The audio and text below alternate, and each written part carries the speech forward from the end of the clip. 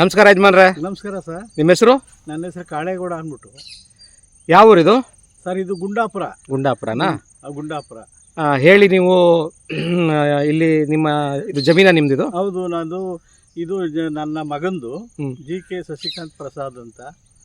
ಎಷ್ಟು ಎಕರೆ ಇದೆ ಇದು? ಸರ್ ಇಲ್ಲಿ 1 ಎಕರೆ 10 ಗುಂಟೆ ಇದೆ. ಹೇಗೆ ಎಲ್ಲ ಖಾಲಿ ಬಿಟ್ಟಿದ್ರಲ್ಲ, ಯಾಕೆ ಏನು ಬೇಸಾಯ ಮಾಡ್ತಾ ಇಲ್ವಾ? ಎಳ್ಳು ಬಿತ್ತಿದ್ವು ಸರ್, ಎಳ್ಳೆಲ್ಲ ನಾಶ ಆಗೋಯ್ತು ಮಳಿಲ್ದೆ ಅವಾಗ. ಈಗ ಖಾಲಿ ಬಿದ್ದಿದೆ.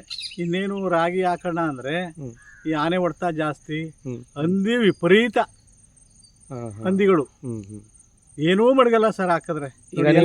ಅಲ್ಲೆಲ್ಲ ಗುಂಡಿ ಹೊಡೆದವೆ ನೋಡಿ, ಕಾಣ್ತದೆ.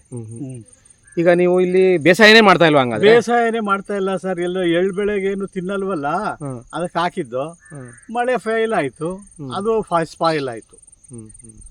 ಈಗ ರಾಗಿ ಹಾಕೋಣ ಅಂದ್ರೆ ಆಗಲ್ಲ, ಹಂದಿ ಹೊಡ್ತಾ ಆನೆ ಹೊಡ್ತಾ ಕಪ್ಸಕ್ಕೆ ಆಗಲ್ಲ ಬಿಡಿ.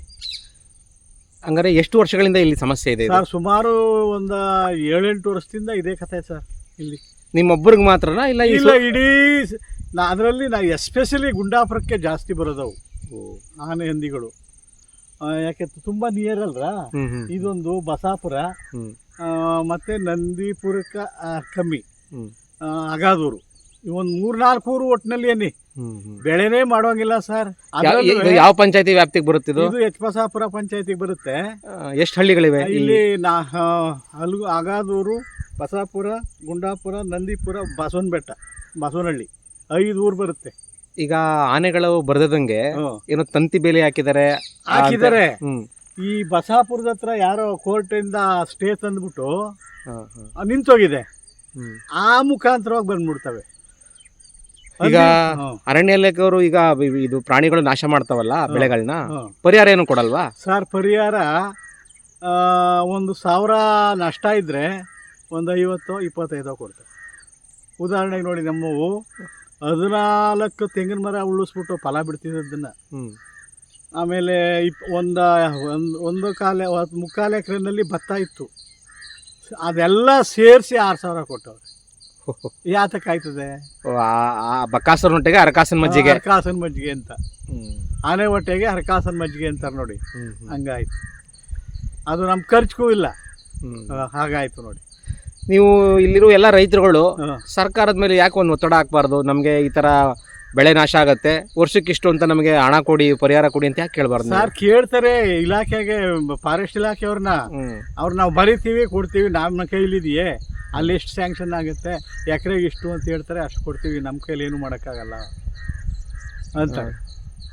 ಅವರು ರೆಕಾರ್ಡ್ ಮಾಡುವಾಗ ಹೇಳ್ದಷ್ಟು ಬರೆಯಲ್ಲ, ನೋಡಿರ್ತಾರೆ, ಫೋಟೋನು ತೆಗೆದಿರ್ತಾರೆ, ರೆಕಾರ್ಡ್ ಮಾಡುವಾಗ ಕಮ್ಮಿ ಬರೀತಾರೆ.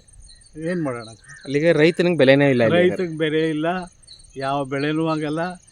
ಅಕಸ್ಮಾತ್ ಇನ್ನು ಏನಾರ ಬಿತ್ತನೆ ಮಾಡಿದ್ರೆ ರಾಗಿ ಬೆಳೆಯಂತೂ ಇಲ್ಲವೇ ಇಲ್ಲ ಬಿಡಿ, ಮಾಡೋಕ್ಕಾಗಲ್ಲ, ತಿಂದಾಕ್ಬಿಡ್ತವೆ.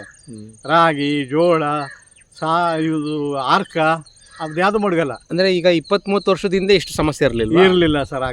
ಕಡಲೆಕಾಯಿ ಎಲ್ಲ ಬೆಳೀತಿದ್ದೋ ಸರ್, ಈಗ 7 ವರ್ಷಗಳಿಂದ ಸಮಸ್ಯೆ ಜಾಸ್ತಿ ಆಗಿದೆ. 8 ವರ್ಷ ಆಗೋಯ್ತು. ಅಂದರೆ ಆನೆಗಳ ಸಂಖ್ಯೆ ಏನಾದ್ರು ಜಾಸ್ತಿ ಆಗಿದೆಯಾ? ಆನೆ ಸಂಖ್ಯೆನೂ ಜಾಸ್ತಿ ಆಗಿದೆ, ಎಸ್ಪೆಷಲಿ ಹಂದಿ ಹೊಡೆತಾನೆ ಜಾಸ್ತಿ. ಹಂದಿಗಳು ಈ ಕುರಿ ಹಿಂಡು, ಕುರಿ ಸಾಕಿರ್ತಾರಲ್ಲ ಸರ್ ತುಮಕೂರು ಸೈಡು, ಹಂಗೆ ಬರ್ತವೆ ರಾತ್ರಿ ಹೊತ್ತು. ಹೊಡೆದ್ರೆ ಯಾರು ಹೊಡೆದ್ಬಿಟ್ರೆ ಅಕಸ್ಮಾತು ಆ ಊರಿನಲ್ಲೇ ಕಿತಾಪತಿ. ಅವಾಗ ತಕ್ಷಣ ಫಾರೆಸ್ಟ್ಗೆ ಫೋನ್ ಮಾಡ್ತಾರೆ, ಬೆಳೆ ಹೋಯ್ತದೆ, ಹೊಡೆದು ಬೇಜಾರು ಮಾಡಲಿ, ಅವನ್ನ ಭಯ ಹುಟ್ಲಿ ಅಂತ ಅನ್ನೋ ಜನವೇ ಇಲ್ಲ. ಎಲ್ಲೋದ್ರೂ ಗಾಳಿ ಗಂಟಲು ಮಾಡೋದು, ಕಿತಾಪತಿ ಮಾಡೋದು, ಇಂಥದ್ದೇ ಹೀಗಾಗಿದೆ ಸರ್. ಸರ್ ನಿಮ್ಮ ಹೆಸರು? ಪ್ರಸಾದ್ ಅಂತ. ಯಾವ್ರವ್ರು ಸರ್? ನಾವು ಗುಂಡಾಪುರದವರು. ಇದು ಜಮೀನು ನಿಮ್ದೇನಾ ಸರ್? ಇದು ಜಮೀನು ನಮ್ದೇನೆ ಸರ್. ಏನು ಬೆಳೆ ಹಾಕ್ತೀರಲ್ಲ ಸರ್ ಇಲ್ಲಿ? ಇಲ್ಲಿ ಎಳ್ಳು, ರಾಗಿ ಹಾಕ್ತೀವಿ. ರಾಗಿ ಎಲ್ಲ ಓಸತಿ ಎಲ್ಲ ಹಾಕ್ತೋ, ಎಲ್ಲ ಆನೆಗಳು ಮೇಯ್ಕೊಂಡು, ಹಂದಿ ಮೇಯ್ಕೊಂಡು, ನಮಗೇನು 1 ರೂಪಾಯಿನ ಆದಾಯ ಸಿಗ್ತಾ ಇಲ್ಲ ಇಲ್ಲಿ. ಸುಮ್ಮನೆ ಮಾಡ್ಬೇಕಲ್ಲ ಅಂತ ಮಾಡ್ತೀವಿ, ತೆಕ್ಳು ಬಿಡ್ಬಾರ್ದು ಅಂದ್ಬಿಟ್ಟು ಏನು 1 ರೂಪಾಯಿನ ಆದಾಯ ಇಲ್ಲ ಸರ್ ನಮ್ಗಿಲ್ಲಿ. ಅರಣ್ಯ ಇಲಾಖೆಯವರು ನಿಮಗೆ ಪರಿಹಾರ ಕೊಡ್ಸಲ್ವಾ? ಏನು ಕೊಡ್ತಾರೆ ಸರ್? ಈಗ ಇದು ಉತ್ತು ರೋಟ್ರಿ ಮಾಡ್ತೀವಿ ಅಂದರೆ 1 ಗಂಟೆಗೆ 1,000 ರೂಪಾಯಿ, 2 ಗಂಟೆ ಹೊಡೆದ್ರೆ 2,000. ನಾವು ಒಂದು ಸತಿ ಚೆಲ್ಲುವತ್ತಿಗೆ ಒಂದು 10,000 ರೂಪಾಯಿ ಖರ್ಚಾಯ್ತದೆ. ಎಲ್ಲ ಚಲನೆ ಆಗುವತ್ತಿಗೆ ಒಂದು 20,000 ರೂಪಾಯಿ ಆಗುತ್ತೆ. ಎಲ್ಲ ಆಗಿ ಕೂದು ಕಟ್ನೆ ಮಾಡುವತ್ತಿಗೆ ನಮಗೆ ಒಂದು 2,000 ಕೈ ಸಿಗಲ್ಲ.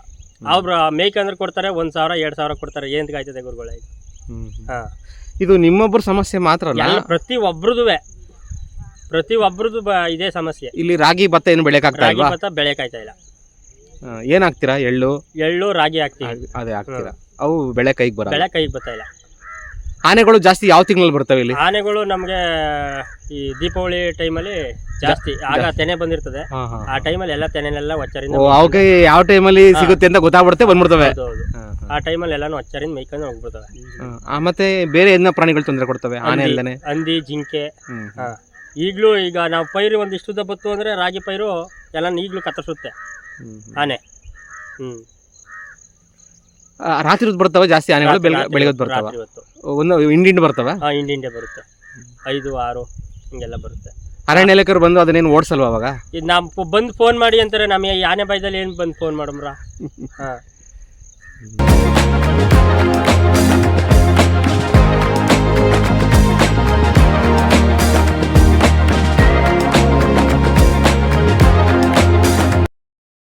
ಸ್ನೇಹಿತರೆ, ನಾನು ನಿಮ್ಮ ಮಳವಳ್ಳಿ ಸೂರಿ.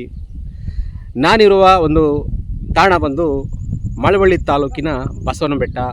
ಕೆಲವರು ಮಳವಳ್ಳಿ ತಾಲೂಕಿನ ಊಟಿ ಅಂತಲೂ ಕೂಡ ಕರೀತಾರೆ. ಅಷ್ಟು ಒಂದು ಪ್ರಕೃತಿ ಇಲ್ಲಿ ಸೊಬಗನ್ನು ಉಳಿಸ್ಕೊಂಡು ಬಂದಿದೆ. ಆದರೆ ಇನ್ನು ಕೆಲವೇ ವರ್ಷಗಳಲ್ಲಿ ಈ ಸೊಬಗು ಕೂಡ ಕಣ್ಮರೆಯಾಗುತ್ತೆ. ಏನಕ್ಕೆ ಅಂತಂದರೆ ದಿನೇ ದಿನೇ ಪ್ರಕೃತಿ ಮೇಲೆ ಮಾನವನ ಹಸ್ತಕ್ಷೇಪ ಜಾಸ್ತಿ ಆಗ್ತಿದೆ. ಆ ಕಾರಣಕ್ಕೋಸ್ಕರ ನಾವಿಲ್ಲಿ ಈ ಕಾಡನ್ನ, ಈ ಸೊಬಗನ್ನು ಕಳ್ಕೊಳ್ತೀವಿ. ಈಗ ವಿಚಾರಕ್ಕೆ ಬರೋಣ. ನೋಡಿ, ಸುಮಾರು ಒಂದು 40-50 ವರ್ಷಗಳ ಹಿಂದೆ ಈ ಜಾಗದಲ್ಲಿ ದೊಡ್ಡ ಮಟ್ಟದ ಮನುಷ್ಯನ ಹಸ್ತಕ್ಷೇಪ ಇರಲಿಲ್ಲ. ಕೇವಲ ಒಂದು 8-10 ಮನೆ ಮಾತ್ರ ಇದ್ವು. ಇವಾಗ ಒಂದು 150 ಮನೆ ಅಷ್ಟಾಗಿದೆ. ಆ ಕಾರಣಕ್ಕೋಸ್ಕರ ಇಲ್ಲಿ ಸ್ವಚ್ಛಂದವಾಗಿ ಆನೆಗಳ ಹಿಂಡುಗಳು ವಿಹರಿಸ್ತಾ ಇತ್ತು. ಆನೆಗಳು ಎಷ್ಟು ಸ್ವಚ್ಛಂದವಾಗಿ ವಿಹರಿಸ್ತಿದ್ವು ಅಂತಂದರೆ, ಆನೆಗಳು ಯಾವುದೇ ಹಲಗೂರಿನ ಬಳಿ ಇರುವಂಥ ಸಣ್ಣ ಪುಟ್ಟ ಹಳ್ಳಿಗಳಿಗೆ ಇವಾಗ ಬಂದು ಏನು ದಾಂಧಲೆ ಮಾಡ್ತಿದೆಯಲ್ಲ, ಆ ರೀತಿ ಹಿಂದೆ ದಾಂಧಲೆ ಮಾಡ್ತಾ ಇರಲಿಲ್ಲ. ಆನೆಗಳಿಗೆ ಸಾಕಷ್ಟು ಆಹಾರ ಈ ಭಾಗದಲ್ಲಿ ಯಥೇಚ್ಛವಾಗಿ ಸಿಗ್ತಾ ಇತ್ತು.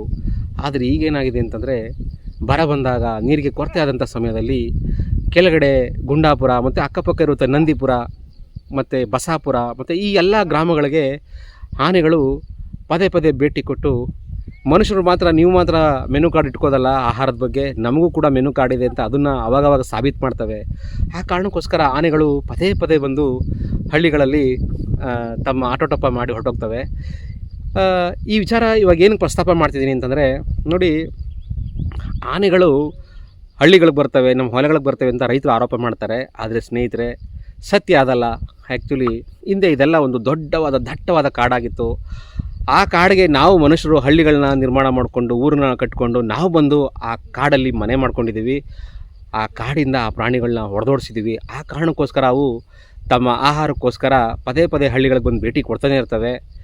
ಈ ಮಾನವ ಮತ್ತು ಆನೆಗಳ ಸಂಘರ್ಷನ ತಪ್ಪಿಸಲಿಕ್ಕೆ ಒಂದು ಉಪಾಯನ ಆಫ್ರಿಕಾ ಖಂಡದಲ್ಲಿ ಮಾಡ್ಕೊಂಡಿದ್ದಾರೆ.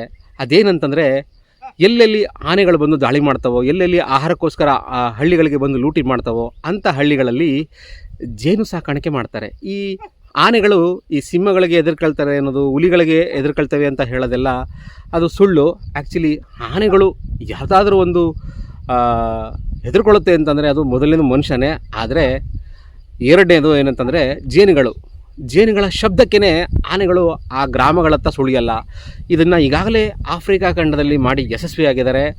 ಆದರೆ ಇದನ್ನು ಇಲ್ಲಿ ಅರಣ್ಯ ಇಲಾಖೆಯವರಾಗಲಿ ಅಥವಾ ಈ ಸರ್ಕಾರಗಳಾಗಲಿ ಅದ್ರ ಬಗ್ಗೆ ನಾಲೆಡ್ಜ್ ಇದೆಯೋ ಇಲ್ವೋ ಗೊತ್ತಿಲ್ಲ ಅವ್ರಿಗೆ. ಅಟ್ಲೀಸ್ಟು ಈ ವಿಡಿಯೋ ನೋಡಿ ನಮ್ಮ ರೈತರಾರು ಇದನ್ನು ತಿಳ್ಕೊಂಡು ಈ ಜೇನನ್ನು ಸಾಕಾಣಿಕೆ ಮಾಡಿದ್ರೆ, ಎಲ್ಲೆಲ್ಲಿ ಆನೆಗಳು ಬರುವಂಥ ದಿಕ್ಕುಗಳಲ್ಲಿ ಜೇನುಗಳನ್ನ ಸಾಕಾಣಿಕೆ ಮಾಡೋದನ್ನ ಆರಂಭ ಮಾಡಿದ್ರೆ ಖಂಡಿತವಾಗಿ ಆನೆಗಳ ಉಪಟಳನ ತಪ್ಪಿಸ್ಬೋದು. ಮತ್ತು ಇನ್ನೂ ಒಂದು ದೊಡ್ಡ ದುರಂತ ಏನು ಅಂತಂದರೆ, ರೈತರುಗಳ ಬೆಳೆಗಳು ನಷ್ಟ ಆದಾಗ ಅವ್ರಿಗೆ ಪರಿಹಾರಕ್ಕೋಸ್ಕರನೇ ಅವರು 6 ತಿಂಗಳು ವರ್ಷಗಟ್ಟಲೆ ತಿರುಗಿ ಸಾಕಷ್ಟು ಲಂಚ ಕೊಟ್ಟು ಅವರು ಹೈರಾಣರಾಗಿರ್ತಾರೆ. ಆ ಕಾರಣಕ್ಕೋಸ್ಕರ ಅವರು ಪ್ರಾಣಿಗಳ ಬಗ್ಗೆ ಒಂದು ದೊಡ್ಡ ಆಕ್ರೋಶನ ಬೆಳೆಸ್ಕೊಂಡಿದ್ದಾರೆ.